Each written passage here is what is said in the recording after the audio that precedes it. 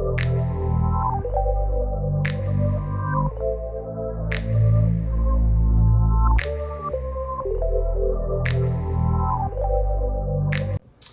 guys, it's Kim and welcome to my channel. Today I have a hilarious story time for you. But before we jump into that, if this is your first time seeing my face, please consider hitting the subscribe button because it really does help me out so much, and I'm on my way to 1,000 subs. So please hit that button and join the family.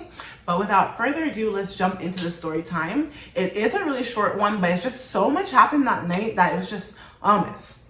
So this was back when I was 21 or 22, 5 or 6 years ago. Me and my best friend Keisha decided to go downtown Toronto. We live in Canada, so we decided to go out for drinks, and I'm very cheap and I will claim it proudly.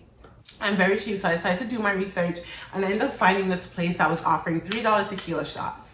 I was really young and I just started drinking at that time, so I didn't know that tequila is just not my drink of choice.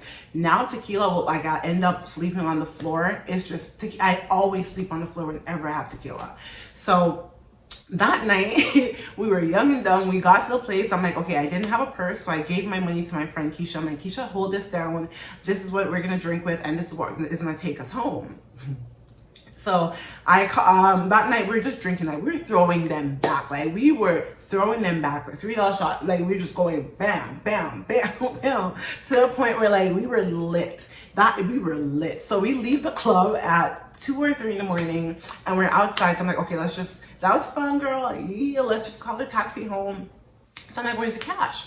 So Keisha starts fumbling through her purse and then fumbling through her pockets, and the longer she's looking, I'm starting to get stressed. I'm like, oh God, this girl done spent all her money on alcohol. So I can't say this girl because I was definitely telling her another one. So I can't say nothing. So at that point we realized that we had spent every single dollar we had on alcohol. Mind you, we definitely brought enough to separate and say, this is gonna take us home and this is gonna get us lit. So we didn't have to like spend all of it, but I digress. So we ended up outside. We're like, oh shit, like, but we can't stand in front of the club and look like, okay, these girls have no way to get home. They're broke. So we had to just walk. We're like, okay, let's just walk off. So we're walking down the street just to see if we can find anybody that we can possibly ask for money to take a bus home. So we get to this point in the road, and then we see an island in the middle of the street, and it had benches. And then there's this guy sitting there, and we realized the guy was homeless. So we're like, boom, bang, jackpot. Homeless people always have change.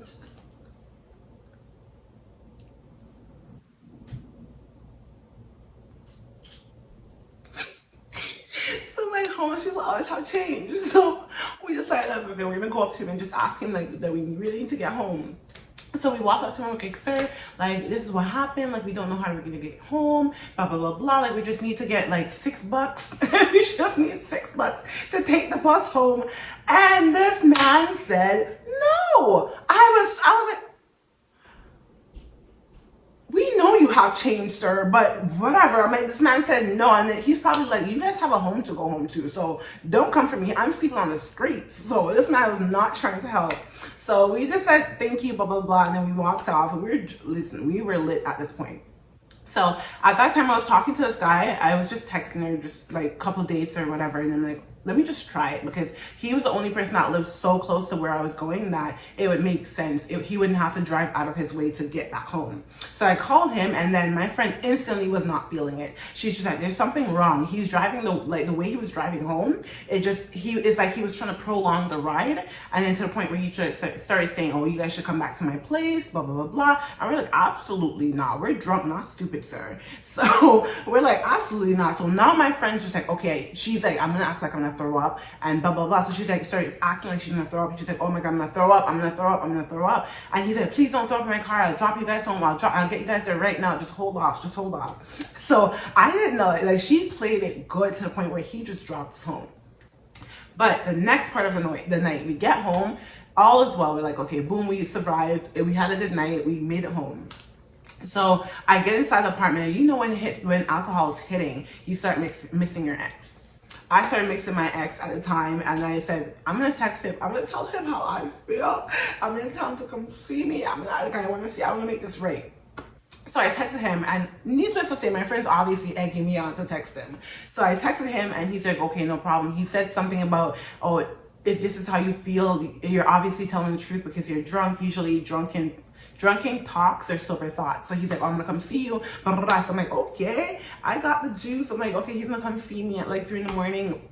There's absolutely nowhere to go but to sit in his car and talk. So I'm like, okay, let's just see like what can happen. So we're up on the way in the elevator going up because my friend had to pee. So I'm like, okay, we're gonna go up and then come back down by the time he gets there. Girl, we get stuck in the elevator. We get stuck in the elevator for I feel like it was like 10 hours, but it was maybe like an hour or 2 max. And then by that time, my friend, all of a sudden she's claustrophobic, so she's acting up. She's laying on the ground. I wish I still had the pictures. She's like laying on the ground. I'm sitting there because I'm trying to get my uncle to get someone to come let us up the elevator. I'm trying to get him to call the fire department. Like, it was just a mess. Mind you, while we're in there trying to struggle to get the hell out, my ex is downstairs parking, waiting for me to come down. And at first, I was too embarrassed to say I was trapped in the elevator. I was too embarrassed to say I was trapped in the elevator. So I was just like, oh yeah, I'm coming down.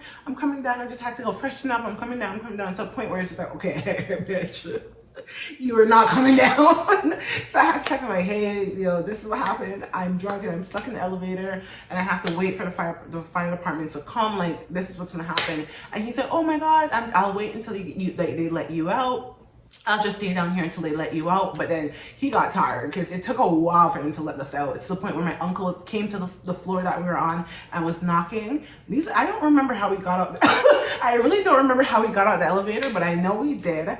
And it was just a wild night. Like, the night just went to crap. Like, all of a sudden, like, we were having the greatest time taking shots, throwing them back.